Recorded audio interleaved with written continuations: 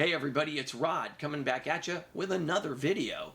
It's been a while since I did a video. My house is full of people with COVID and everyone working from home and all of that, so kind of making it a noisy environment. There's stuff happening right now in the house, and my production values normally suck, and they're going to suck a little more today. So that's just the way it goes. But it's been a while, so I figured I'd do one, and I made an impulse buy lately on something that's relevant to photography and equipment and that sort of thing. And so I wanted to do a little video about this kind of exciting lens that I bought.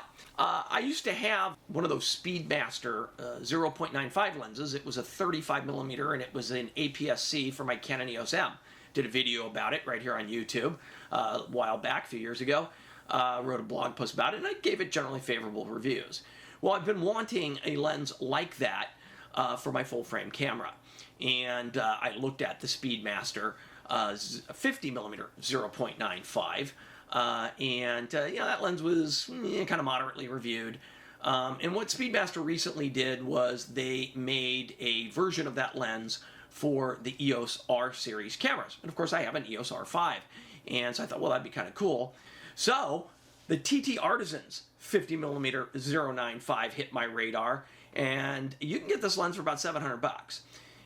And this is a pretty good lens. This lens, for the most part, looking at the bulk of the reviews, outperforms that Speedmaster. And it does so in a smaller package that'll fit a Leica M camera. So it appears to be a copy, a rather flagrant copy, of the famous Leica Noctilux 50 f/0.95 in M mount. That, by the way, is over $12,000. I'm not tossing 12 G's out on an M mount lens. Sorry, Leica, that lens it's a good lens, but it's 12 grand. This lens is probably not as good as that lens, because this lens is moderately sharp in the center, wide open, absolutely unsharp on the corners, wide open. This lens does clean up very nicely at f1.4, and at f2 it's great, it's fantastic. But I'm not putting this lens on my camera to shoot at f2, am I? And you shouldn't either. You want to know how this thing's going to perform wide open. This is right in my wheelhouse. I love shallow depth of field and swirly, creamy, delicious bokeh, and this lens gives you a little of all of that, including that famous Leica glow. And the Leica glow is largely caused by some spherical aberration that isn't corrected well, and some coma. Those are lens aberrations that are normally a detriment, but in out-of-focus highlights, they can really give a dreamy look. And since I'm not ready to drop 3 or 4 grand on Canon's 1961 0.95 50mm Dream lens, this is going to have to do. So I'm pretty excited about it. It's small. It is not lightweight. Do not be fooled. This is a well-made lens. It looks a lot like the Leica lens.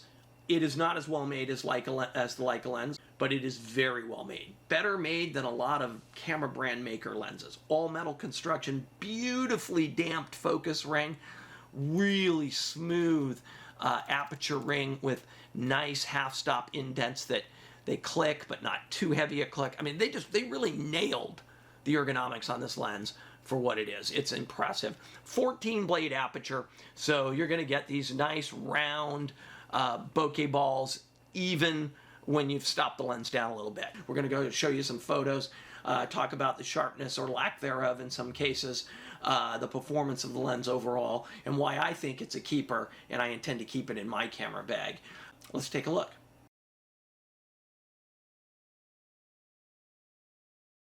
This was the first shot I took with the lens, just a shot out in the garden. Nice rendering. With this shot, you can really see the shallow depth of field at play, but you can also see that nothing is really truly sharp in this shot, but it still has a beautiful rendering. I really like the look. Of course, the obligatory shot of my Kodak Signet 35. This, a handheld self-portrait. This shot really demonstrates just how hard it is to get sharp focus with a 0.95 aperture. This is Muffin the cat, relaxing, not really moving around much. This really shows you the potential of the lens. It's a nice render. It's sort of sharp where it needs to be sharp, and I really like the shot. But now I'm going to be unfair and compare it to the Canon 85 1.2L of the same kitty in basically the same spot. Take a look.